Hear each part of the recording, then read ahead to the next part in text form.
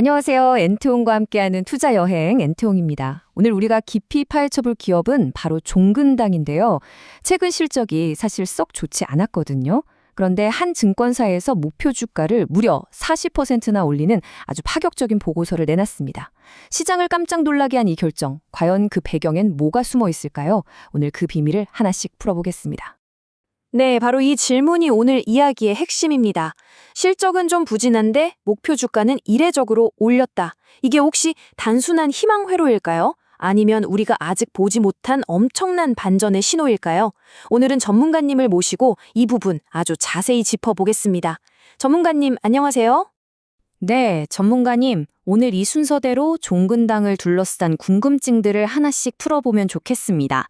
먼저 논란의 중심이 된 목표 주가 상향, 도대체 왜 그랬는지부터 시작해서요.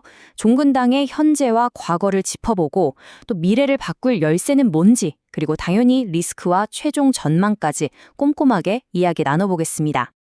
자, 그럼 첫 번째 순서입니다. 전문가님, 시장이 정말 깜짝 놀랐던 이번 목표 주가 상향, 구체적으로 어떤 내용이었나요?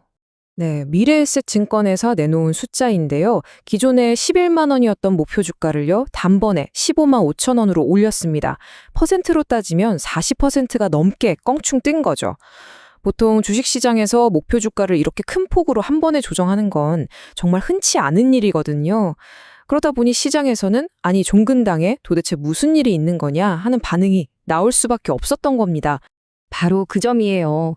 이렇게 파격적인 목표주가 상향이 더 놀라운 건 종근당의 최근 실적이 사실 별로 좋지 않았기 때문이잖아요.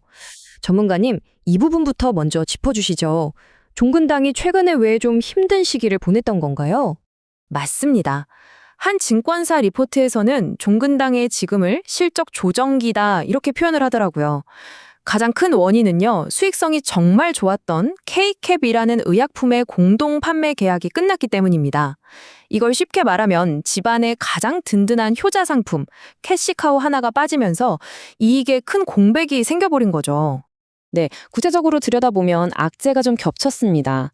방금 말씀드린 K캡 계약 종료가 가장 큰 타격이었고요.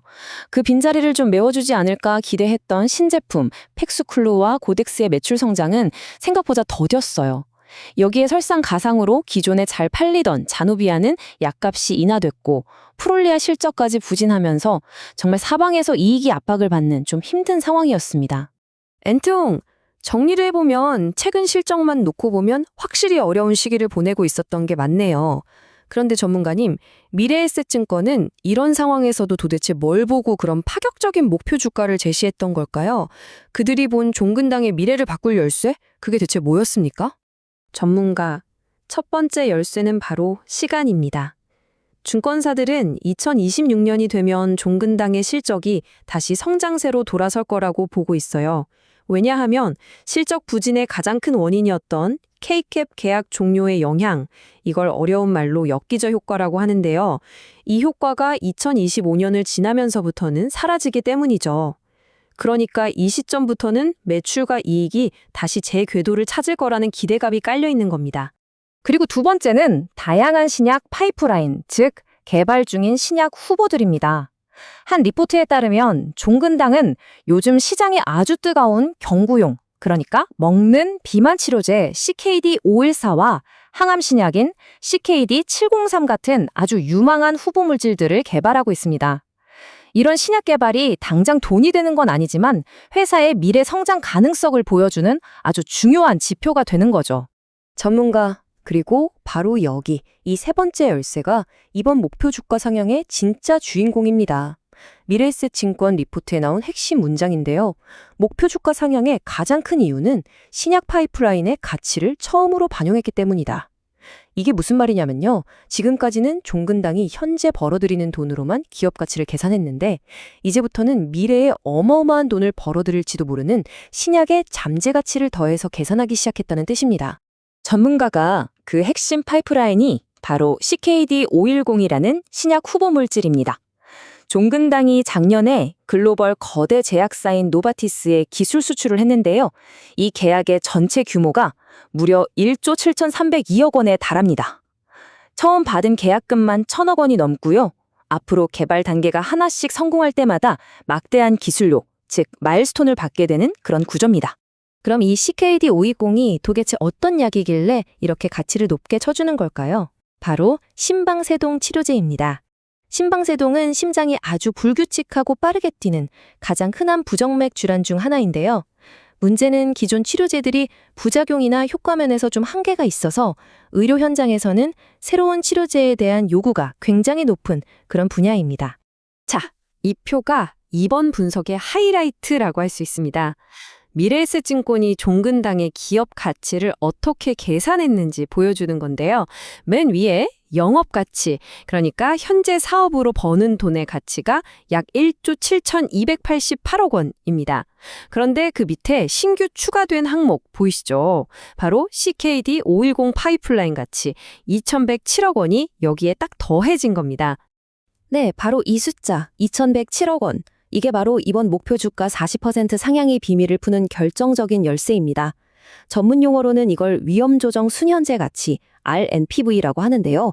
쉽게 말해서 신약 개발이 성공할 가능성과 실패할 위험을 다 따져서 미래에 성공할 CKD510의 가치를 지금 당장의 종근당 가치에 더해준 겁니다. 바로 이 부분이 추가되면서 목표 주가가 껑충 뛰어오른 거죠. 와, 설명을 쭉 듣고 나니까 미래에셋 증권의 논리가 딱 이해가 되네요. 미래의 가치를 현재로 확 끌어왔다 이 말이군요. 하지만 전문가님, 이렇게 장밋빛 전망만 있는 건 아닐 텐데요. 투자자 입장에서는 이런 긍정적인 면 말고 반드시 짚고 넘어가야 할 리스크는 없을까요? 물론입니다. 아주 중요한 지적이신데요. 가장 먼저 확인해야 할 건 모든 증권사가 미래에셋처럼 낙관적인 건 아니라는 점입니다. 이 표를 보시면 애널리스트들의 시각이 얼마나 다른지 한눈에 들어오실 거예요.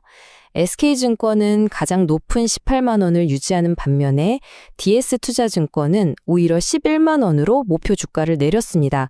이처럼 전문가들 사이에서도 의견이 크게 엇갈린다는 점, 이건 투자할 때 꼭 기억하셔야 합니다.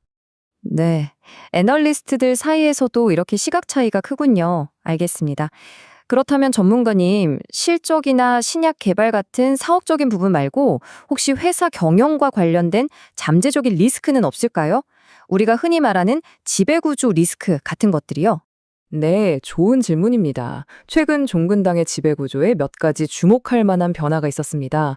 먼저 지주사인 종근당 홀딩스와 오너 일가의 지분율이 40%를 넘어설 예정이라서 경영 지배력이 한층 더 강화되고 있습니다. 동시에 오너 3세인 이주원 상무의 영향력도 점점 커지고 있는데요. 최근 이사에서 상무로 고속 승진을 했고 개인 회사를 통해서 지주사 지분을 꾸준히 늘려가고 있습니다. 이런 변화들이 장기적으로 회사에 어떤 영향을 미칠지는 투자자들이 계속 지켜볼 필요가 있는 부분입니다. 네, 긍정적인 측면과 또 우리가 주의 깊게 봐야 할 리스크까지 모두 짚어봤습니다. 자, 그럼 전문가님, 이 모든 조각들을 모아서 최종 결론을 한번 내려볼 시간입니다. 종근당의 단기 그리고 장기 전망 어떻게 정리해 볼 수 있을까요? 전문가, 앞으로 우리가 눈여겨봐야 할 주요 일정들은 이렇습니다. 먼저 2026년, 이때는 K캡 효과가 사라지면서 실적이 정상화되는 아주 중요한 해가 될 거고요. 그리고 2026년 하반기에는 아까 말씀드린 먹는 비만 치료제 CKD-5114의 임상 1상 시작이 기대됩니다. 마지막으로 가장 중요한 이벤트죠. CKD510의 임상 2상 최종 결과가 2027년에서 2028년 사이에 발표될 예정입니다. 이 결과에 따라서 기업 가치가 다시 한번 크게 움직일 수 있습니다. 네, 한 금융 전문 매체의 기사 제목을 빌리자면 2026년은 안정화된 실적과 다시 불붙는 R&D 모멘텀이 만나는 해가 될 것이라고 딱 요약할 수 있겠습니다. 무슨 말이냐면 실적의 바닥은 다지고 미래 성장 동력인 신약 개발의 성과가 눈에 보이기 시작하는 그런 변곡점이 될 수 있다는 의미입니다.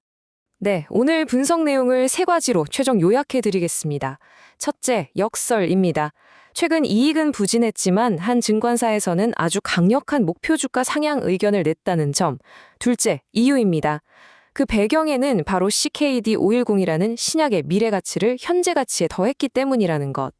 그리고 셋째, 리스크입니다. 신약 개발 성공은 보장된 것이 아니며 전문가들의 의견 차이가 크고 지배구조 변화도 주시해야 한다는 점 기억해 주십시오. 부진한 현재 실적과 엄청난 미래 가치 사이, 여러분은 종근당의 미래를 어떻게 보시나요? 댓글로 여러분의 소중한 의견을 자유롭게 남겨주세요. 오늘 내용이 도움이 되셨다면 좋아요와 구독도 꼭 부탁드립니다. 투자의 최종 판단과 책임은 언제나 투자자 본인에게 있다는 점 꼭 기억해 주시고요. 지금까지 엔트홍이었습니다. 감사합니다.